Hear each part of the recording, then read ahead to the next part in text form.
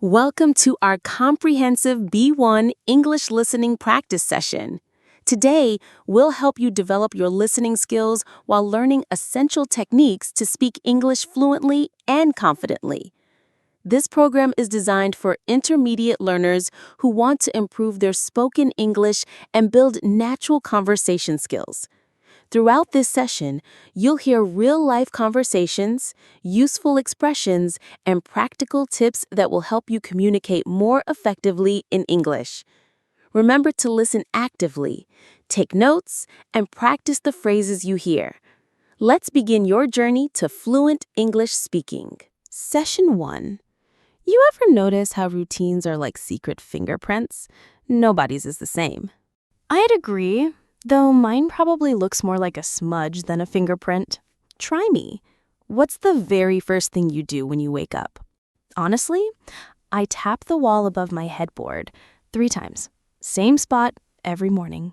That's oddly ceremonial. Why? I don't know. Started after my dad died.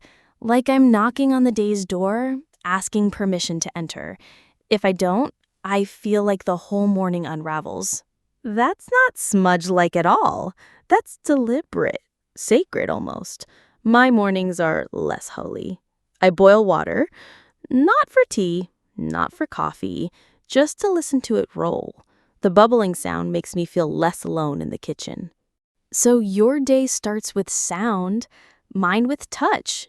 That feels like something a philosopher would make too much of. Maybe, but little things matter. Like when I brush my teeth, I always stand on my toes. Can't explain why. It's like the sink is a stage and I'm performing for no one. Now that's new. I brush mine with my eyes closed. Makes me feel like I'm still half dreaming, stretching the night a bit longer. Do you ever worry you'll miss a spot? Probably do. Maybe that's why my dentist sighs at every visit. Okay, what about breakfast? Here's where my quirks really kick in. I eat cereal, but only after reading the box front to back, like it's the morning paper. Ingredients, slogans, allergy warnings, even if I've memorized it. That's adorable. Mine's worse. I toast bread, but never eat it. I just like the smell. My toaster is basically an expensive perfume dispenser. Wait, you waste bread every day? Not waste. Atmosphere. Smell is memory, and toast smells like childhood when everything was simpler. That's oddly poetic. All right, what about commuting? I count red cars, only red ones. If I reach 12 before I arrive, I know that they will end well. You're a walking superstition. I ride my bike, and before pedaling, I whisper, "Don't brake today," to the bike, not myself. Do you think it listens? Sometimes, on the days I forget to say it, the chain snaps or the tire leaks. I swear it knows. Machines are like cats. They only obey when they feel respected. Exactly. Speaking of cats, I don't have one, but every day at lunch, I go outside and watch the same stray stretch in the sun. That stretch is my midday reset. You're basically borrowing a cat's routine. I love it. My reset is drawing tiny doodles in the margins of reports at work. Umbrellas, trees, once a whole page of little moons. Nobody notices, but it keeps me sane. Do you hide them? Sometimes. Sometimes I hope someone sees them and wonders, who drew this? Like leaving a trail of breadcrumbs through bureaucracy. I get that. At work, I tap door frames before entering rooms. Quick, quiet knock with my knuckles. It reassures me the space is real, not some cardboard cutout. So you're knocking on doors and walls all day long. You must sound like a ghost haunting the office. Probably, but it keeps me grounded. What about evenings? Evenings are sacred. First, I light one match. I don't need the flame, just the smell of sulfur as it burns out. It makes the air feel scrubbed clean. That's beautiful. Mine less symbolic. I press my forehead against the front door before bed, like I'm listening to the outside world breathe one last time before shutting it out. That's not less symbolic, that's heartbreakingly tender. Maybe it's loneliness. Maybe it's care. You're checking if the world is still alive out there. And you, any final ritual before sleep? I count my windows. 6 every time. If I don't, my chest tightens and I can't fall asleep. I know it's always 6, but I need to prove it. Funny, you end your day where I begin mine. Proof. Knocking, counting, checking, like we're both making sure the world hasn't slipped out of place overnight. Maybe that's what routines are. Not chores, not habits, just invisible strings tying us to reality and to ourselves. Exactly. It's like saying, I exist, I exist, I exist. And tomorrow we'll whisper it all over again through toast, bikes, matches, and walls. Strange little fingerprints, aren't they?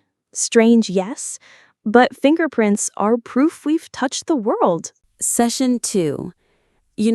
I realized yesterday that I don't actually start my day until I've touched the radiator in the hallway. It doesn't matter if it's hot or cold. It's like I need proof the house is still breathing. That's unusual. Do you ever skip it? Once, last winter, I forgot, and the whole day felt off, like walking with mismatched shoes. I get that. I've got something similar. Every morning, before I even sit up, I count backward from 50. If I reach 1, I let myself get out of bed. If I lose track, I start over. That sounds exhausting. It is, but it slows me down, keeps me from rushing into the day like a startled animal. That's oddly poetic. For me, after the radiator, I go straight to the kitchen. I boil water, not for tea or coffee, just to listen to the kettle whistle. That sound tells me the day is real. You're addicted to sound. I'm addicted to sight. I don't open my phone until I've stared at the ceiling fan for at least 5 minutes. I watch how the blades blur, then try to blink fast enough to see each one separate again. That's hypnotic. Doesn't it make you dizzy? Not anymore. I think of it as my meditation. You'd hate my brushing routine then. I stand on my toes while brushing my teeth. Don't ask me why. Maybe it tricks my brain into thinking I'm taller, more prepared. I brush with my eyes closed. Makes it feel like I'm still dreaming. So we both lie to ourselves before 9 a.m. Exactly. And then breakfast? Well, I eat sandwiches inside out. Filling first, bread second. That's savage. Logical. Bread is boring, but reliable. I like saving it as the finale. I can't finish a plate, no matter how hungry I am. I always leave one bite, one lonely spoonful of rice or a single fry. Why? Maybe to feel like I have control, or maybe it's an offering to the day, to the air, to whatever keeps me alive. That's both haunting and beautiful. You're one to talk, sandwich destroyer. Fair. What about at work? Do you have secret routines there? Plenty. Before opening a patient's file, I tap the desk twice with my pen. My colleagues think it's just fidgeting, but it's me saying, I'm ready. Let's begin. That's not fidgeting, that's ritual. I scribble doodles in the margins of reports. Tiny umbrellas, boats, sometimes entire galaxies. Nobody notices, but it feels like planting wildflowers in a parking lot. That's brilliant. I sometimes hide little notes to myself in files, like, you survived Tuesday, or drink water. 6 months later, I stumble across them and feel like I've been time-traveled a love letter. You're literally sending postcards to future you. And you're smuggling poetry into spreadsheets. Maybe routines are just secret messages to ourselves. Or breadcrumbs so we don't get lost. Do you do anything during lunch? I eat standing up. Every day. Plates on the counter, me leaning like a tired waitress. Sitting feels too permanent. I read cereal boxes at lunch, even if it's not cereal. Old habit from childhood. I could recite the sugar content of half the supermarket. That's absurdly charming. And practical. If I ever go on a game show, I'll crush the nutrition facts category. Evenings are my strangest time. I light a single match, let it burn almost to my fingers, then blow it out. The smell of sulfur feels like punctuation, like the day's over. That's powerful. I press my forehead against the front door before bed, just for a second, like I'm listening to the outside world breathe. That's tender and sad. Maybe both. I end with counting windows. 6. Always 6. If I don't, my brain refuses to sleep. So your day ends where mine begins, with proof that the world hasn't slipped, that we're still tethered. Maybe routines are just proof. Proof we exist. Invisible strings we tie to the hours so they don't float away. Do you ever wonder what would happen if we stopped? Maybe nothing. Maybe everything. Maybe we'd lose the map and never find our way back. Then I'll keep touching radiators, and you keep counting backwards. Deal. Tomorrow, if my fan spins clockwise, I'll text you. And if my kettle whistles just right, I'll reply. Our secret scoreboard. Strange little fingerprints. Strange, yes. But fingerprints mean we've touched the world. Session 3. You know what the strangest part of my mornings is? I start by opening every drawer in my kitchen, just halfway. Then I close them all again. That's unsettling. Why would you do that? Honestly, to check nothing disappeared overnight. Cups, spoons, knives, they all need to be accounted for. If even one's missing, I spend the whole day on edge. Huh. My version of that is counting the books on my shelf. 42. Always 42. If someone borrows one without telling me, I can feel the absence before I even count. So we're both inventory keepers, invisible librarians of our homes. Exactly. And after that, I sit in silence for 3 minutes. Not meditating, not breathing exercises, just silence. I set a timer. Do you stare at anything? The crack in my ceiling? It looks like a river on a map. I trace it with my eyes until the timer rings. That's strangely poetic. I do something similar but with sound. I boil water just to hear it bubble. I don't even drink tea most days. The kettle is my metronome. Our routines are like secret performances, aren't they? Nobody claps, but they keep the stage from collapsing. Exactly. And they're weirder than people admit, like brushing teeth. Everyone does it, but I do mine standing on one foot. Why? Because it forces balance. If I can't stand steady, I know I'm too tired to trust my decisions that day. That's brilliant. I brush with my eyes closed. Makes me feel like I'm still half in a dream. Doesn't that risk toothpaste everywhere? Smiling. My sink has seen better days. What about breakfast? Cereal. Always. But here's the catch. I have to read the box from top to bottom, even if I've read it 100 times. It's like scanning the morning paper. I toast bread, but never eat it. I just like the smell. My toaster is basically an air freshener.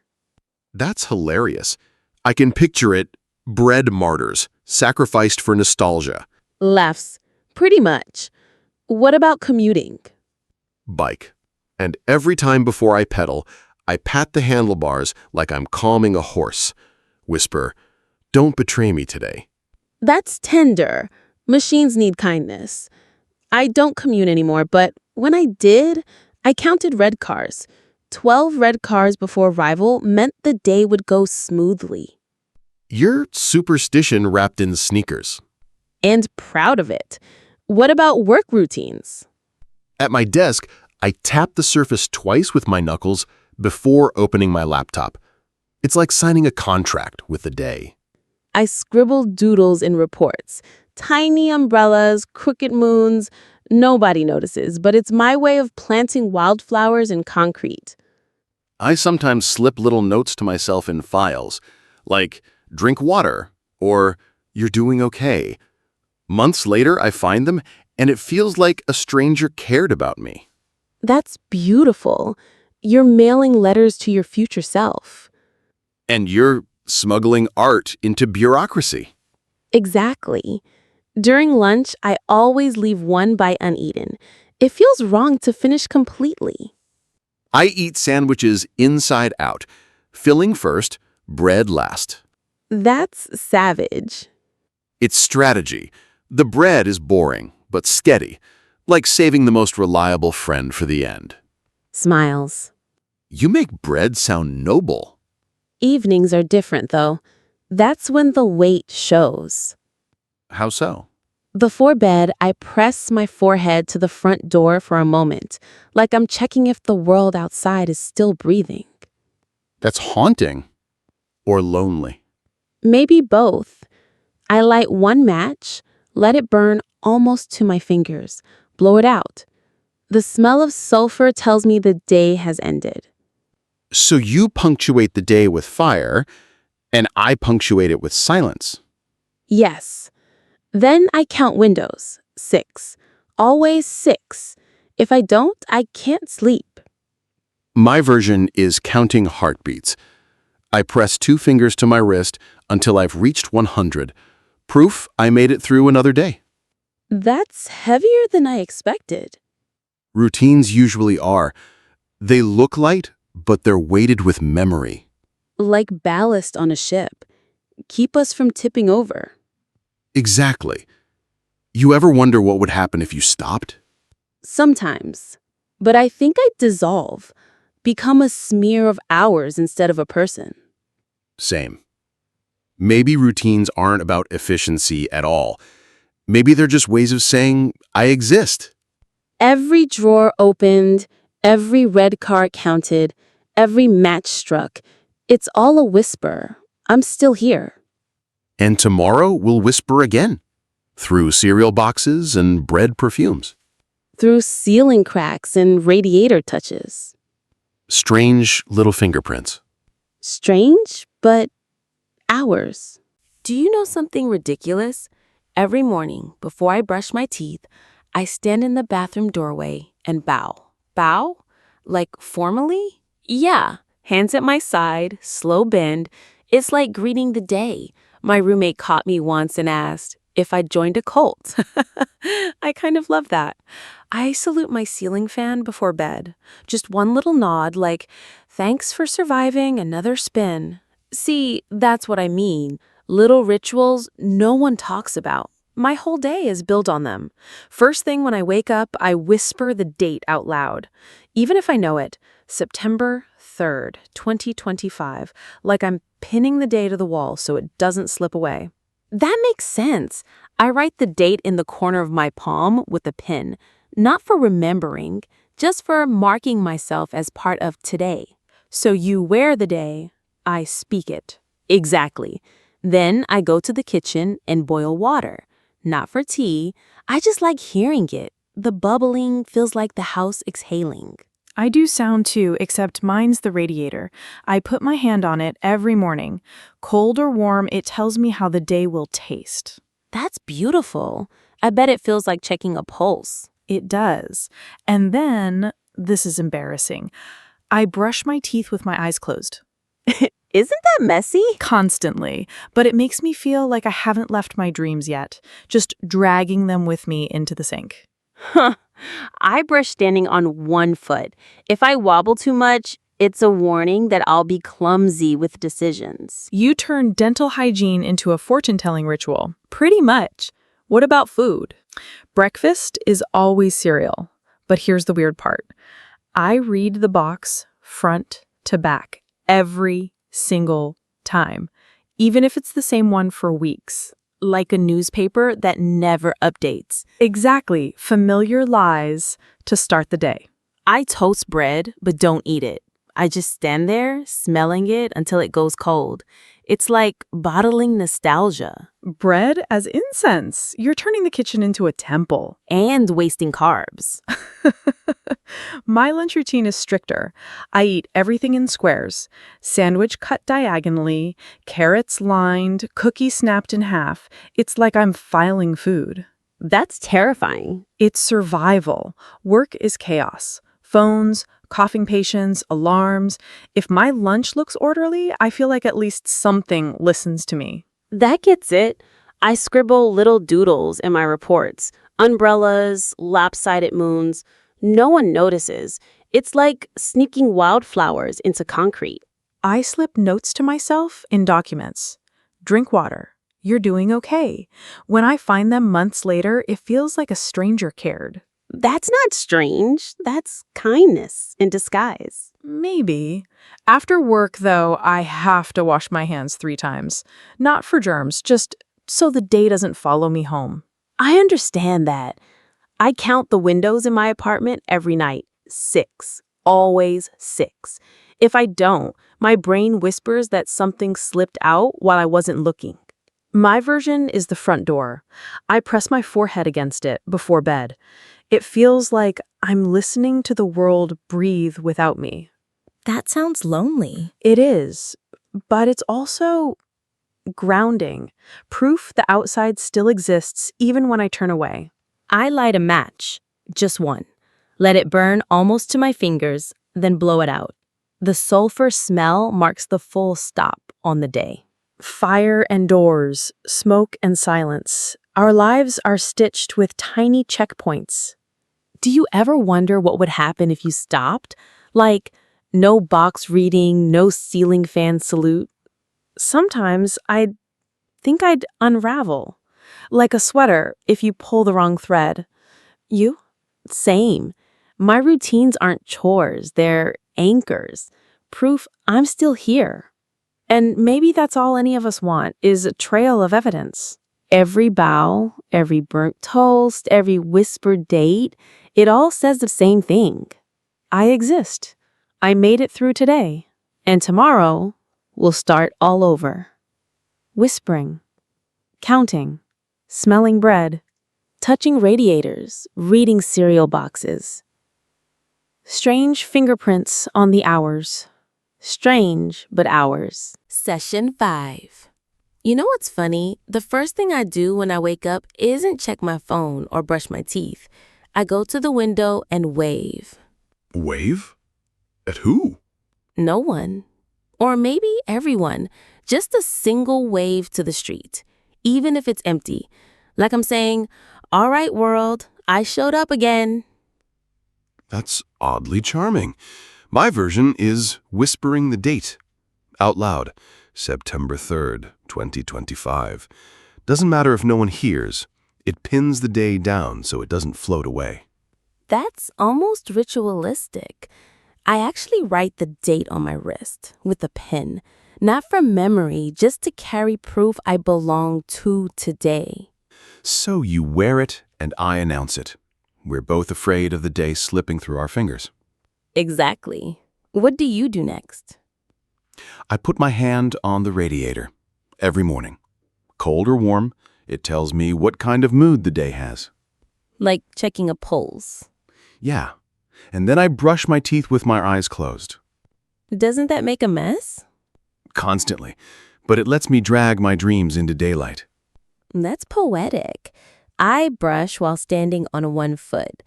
If I can't balance, I take it as a warning. Don't make big choices today. You're turning toothpaste into prophecy. Maybe. Then I boil water.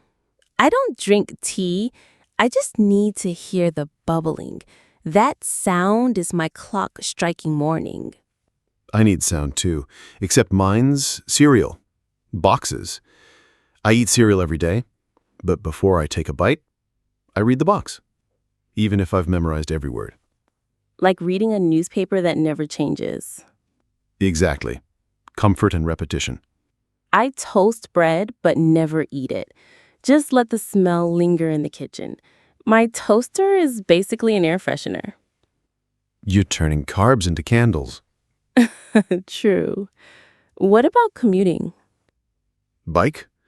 But before I pedal, I pat the handlebars, like I'm soothing a horse. I even whisper, "Don't betray me today." That's oddly tender. Machines probably appreciate kindness. I think so. When I used to commute, I counted red cars. 12 meant the day would be smooth. Less than 12, I braced myself. You're superstition wrapped in sneakers. And proud of it. Work routines? I doodle in margins. Tiny umbrellas, crooked moons. No one notices, but it feels like smuggling poetry into spreadsheets. I hide notes in files.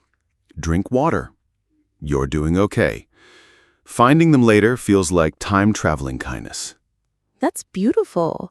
You're mailing letters to your future self. And I'm planting wildflowers where no one expects them. Exactly.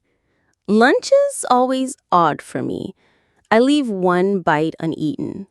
It feels wrong to finish completely. I eat sandwiches inside out. Filling first, bread last. That's chaotic. No, it's strategy. Bread is boring, but steady, like saving the most reliable friend for the end. You make bread sound noble. Even? Evenings are heavier. How so? Before bed, I press my forehead to the door, like I'm checking if the outside world is still alive. That sounds lonely. It is, but also grounding. I light a single match, let it burn close to my skin, then blow it out. The sulfur smell feels like a full stop. Fire and doors. Smoke and silence. And then I count windows. 6. Always 6. If I don't, I lie awake convinced the night swallowed one. I count heartbeats. Fingers on my wrist until I reach 100. Proof I made it through another day. That's heavier than I expected. Routines usually are. They look silly, but they're weighted with memory. Like ballast on a ship, keeping us upright. Exactly. Ever wonder what would happen if you stopped? I think it'd dissolve, become ours instead of a person. You? Same. Maybe routines aren't about efficiency. Maybe they're declarations. Every bow, every burnt toast, every whispered date, it all says the same thing. I exist. I showed up. And tomorrow, we'll prove it again. Whispering, reading boxes, touching radiators. Smelling bread, counting cars, doodling moons. Strange fingerprints. Strange, but ours. Let me summarize the key elements we've covered today. Daily communication skills. You learned how to engage in small talk, express opinions politely, and build rapport with others through casual conversation. Problem-solving language. We explored how to identify issues, propose solutions, and collaborate effectively using professional language. Storytelling and experience sharing. You heard examples of how to describe past events, express emotions, and share personal experiences in an engaging way. Future planning. We practiced various ways to discuss goals, intentions, and future possibilities using different grammatical structures. Professional communication. You experienced formal meeting language, advice-giving techniques, and business-appropriate expressions. instructional language. We demonstrated how to explain processes clearly using sequential language and helpful organizational phrases. Comparative language. Finally, you learned how to express preferences, make comparisons, and discuss options effectively. Practice recommendations for continued improvement. To continue developing your English speaking fluency, I recommend implementing these strategies. Daily speaking practice. Set aside 15 to 20 minutes each day for speaking practice. You can describe your daily activities, summarize news articles, or practice the dialogues you heard today. Active listening. Continue listening to English content regularly, including podcasts, news programs, movies, and conversations like the ones in today's session. Vocabulary building. Keep a journal of new words and phrases. Try to use 3 new expressions each day in your own conversations. Recording yourself. Record yourself speaking English and listen back to identify areas for improvement in pronunciation, fluency, and grammar. Conversation practice. Seek opportunities to practice with native speakers or other English learners through language exchange programs, conversation clubs, or online platforms. Mimicking native speakers. Practice repeating phrases and sentences from native speakers, paying attention to rhythm, intonation, and stress patterns. Building confidence. Remember that making mistakes is a natural part of language learning. Focus on communication rather than perfection. Regular review. Revisit today's content periodically to reinforce the language patterns and expressions you've learned. Real-world application. Try to use the phrases and conversation strategies from today's session in your actual daily interactions. Patience and consistency. Language learning is a gradual process. Maintain consistent practice and celebrate small improvements along the way. Remember that fluency develops through regular practice and exposure to natural English. The conversations you heard today represent realistic examples of how English speakers communicate in various situations. Keep practicing, stay motivated, and continue challenging yourself with new listening materials. Your English speaking skills will significantly improve with dedication and consistent effort.